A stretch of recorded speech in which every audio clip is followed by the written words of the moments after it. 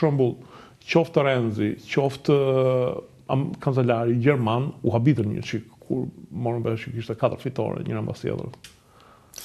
Okej, më lejo ta filloj nga ky fundit që u habitën, nuk besoj se kancelari Merz se priti që të zbriste në Tiranë që të merrte vesh që kryeministri i Shqipërisë ishte fituar për herë të katërt, por ndoshta do thotë që ekipi që ai e shoqëron atë apo të Ministria e Jashtme gjermane apo ambasada në Tiranë nuk punon fare, pra do të thotë që ai e mori vesh kur takoi Iran. Pra, në momenti patjetër që ai duket qartë nga ajo gjuha e trupit që shpreh lloj habie, po jo se aty e mori vesh kishte fituar për herë të katërt. Domethënë patjetër që në kushtet e polarizimeve politike që jeton bota, kur po të shikojmë që ndodhi me zgjedhjet në Moldavi, në Rumani, në Gjermani, gjithandej zgjedhjet kanë qenë gjithmonë të ngushta, të shtrënguara dhe vetëm në Shqipëri ti ka një rezultat ku fiton ai që është në pushtet për herë të katërt dhe me një shumicë parlamentare të konsiderueshme me 83 vota në kuvend, me 80 ulse në kuvend nga 70 që është gjysma. Pavarësisht se rezultati në përqindje të votave nuk është i korrespondues me shumicën parlamentare. Problemi është që për ata që jetojnë jashtë, po të ndjekësh shtypin ndërkombëtar, mainstream media, gazetat kryesore të mëdha ndërkombëtare në 4-5 vjet e fundit, ti shikon gjëra superlative për Shqipërinë. Domethënë ka një atmosferë jashtë për Shqipërinë, një vend që po përparon, që është rritur turizmi, është përmirësuar infrastruktura, me fotografi, me video nga vendet turistike. Kështu që për ata që e shikojnë nga jashtë, Shqipëria është një vend që po bën një progres të dukshëm. Për ne që jetojmë këtu, natyrisht që na bën përshtypje ky rezultat zgjedhor, sepse varet se çfarë pozicionimi kemi neve vetë. Unë, për shumë personalisht, e parashikoja që do të ishte një fitore e partisë në pushtet, natyrisht jo me këtë shumicë kaq të madhe, po kur shikon... Kjo vjen në fakt nga përqendrimi, është më tepër një anë teknike që kanë ndjekur PS-ja, duke përqendruar votën ose në sakt përpjekjen aty ku ishte në gjendje të merrte votën, sepse në përqindje me 2% u rrit ajo. Kam përshtypjen që nuk është më shumë rezultat i çfarë bëri PS-ja, sa rezultati i asaj që bëri apo nuk bëri opozita. Dhe është shumë interesant të vësh re se si këto parti që quhen vogla apo të reja, sepse ato vetë nuk është se ngritën në një çështje që të identifikoheshin dhe t'i thuash për shembull partia e kësaj çështje, po ose njihen me emrin drejtues të tyre ose njihen si parti të vogla dhe të reja. Dhe ato çuditërisht, po ti shikosh sot, bën të kundërtën asaj që donin. Ata donin të ndryshonin qeverisin e vendit, po ndërkohë konfirmuan më shumë të majorancës duke pjesëtuar votën. Pra, është shumë interesante të shikosh se si qëllimi që ke vënë vetes, nga mënyra se si vepron, bën të kundërtën asaj që ti ke dashur. Dhe këtë realizuan, sepse kam përshtypjen nga sa ndjek edhe nga debatet që zhvillohen, tu ka një keqkuptim për mua themelor. Domethënë anatemohet ligji. Ligji është i keq, kodi zgjedhor etj. Për aq sa kam qenë unë prezent, aty ku është formuluar ligji në 98-ën apo në 2008-ën në marrëveshjen Berisha-Rama, është enkas i ndërtuar në mënyrë të tillë që të prodhojë stabilitet, sepse në historinë e shteteve post-diktatoriale ekziston rreziku i fragmentarizimit politik, siç ka ndodhur me Italinë pas luftës së dytë botërore, ku në 40 vjet kishte 60 qeveri, se jetonin nga trega. Edhe një deputet ai kërkon të 2 ministri.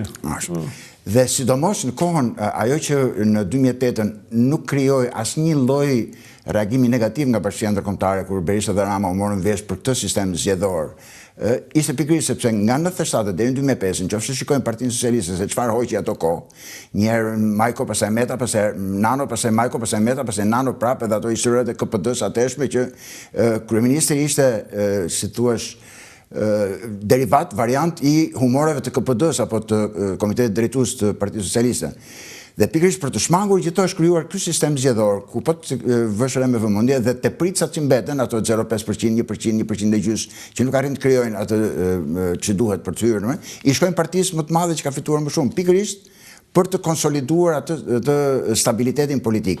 Pra stabiliteti është shumë më i rëndësishëm. Si një lloj prajmi që merr partia fituese në Greqi, që po dole e para ke edhe të drejtën e formimit të majorancës. Ajo që më ka tërhequr mua shumë vëmendjen atë kohë dhe jam bërë kurioz për të mësuar diçka më shumë është pse Shqipëria ka proporcional rajonal dhe jo nacional.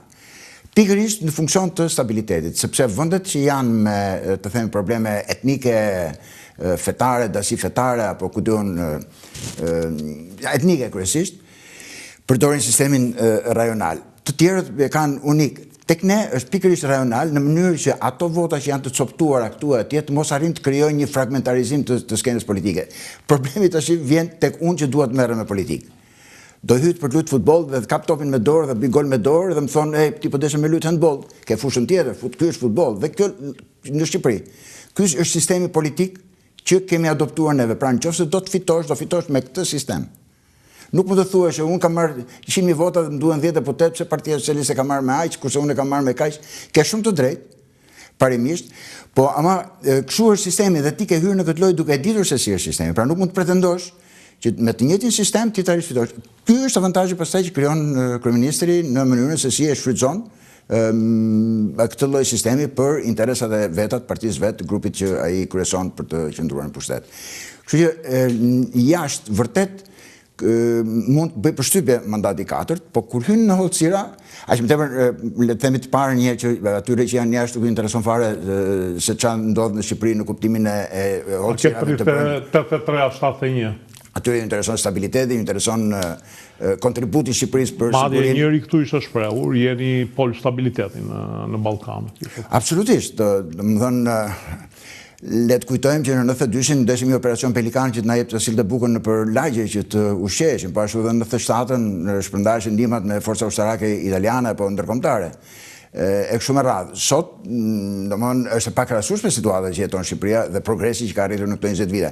Është tjetër gjë se si do doja unë ta shikoja që të kishte më shumë manufakturë, të kishte më shumë vende pune, të kishte më shumë ku diun shkollat ishin me laboratore më të mira apo me aparatura didaktike më të mira, mësuesit ishin më të paguar. Patjetër që këto gjëra janë pafund, spitalet ishte ndryshe. Pra, se si e dua unë apo juve apo dikush tjetër është tjetër gjë. Dhe ajo që të vjen keq që nuk ndodhi në këtë fushat, ishte fushata ishte njësoj si gjithë fushatat e tjera, unë i mirë ti i keq, unë do të luftoj korrupsionin ti e i korruptuar, por nuk ishte një debat të mirë fillt për mënyrën se si është qeverisur Shqipëria në këto 4 vjet e fundit, si janë realizuar të ardhurat, si është marrë vendimi për shpenzimet, sepse kjo ka shumë rëndësi, domethënë në momentin që do të investosh për raportin e Vlorës apo do të ushqesh për ujësjelljen e Shkodrës, për këtë apo si e merr këtë vendim bazuar në çfarë të dhënash, kush është përfshirë në këtë vendimarrje.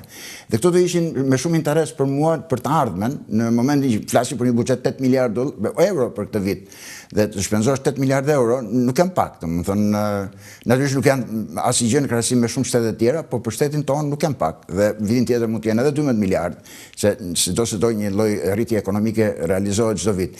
Kështu që unë do doja që shikoja më shumë një debat politik për mënyrën si merren vendimet dhe për modelin ekonomik të vendit. Mos harrojmë që kemi probleme pafund.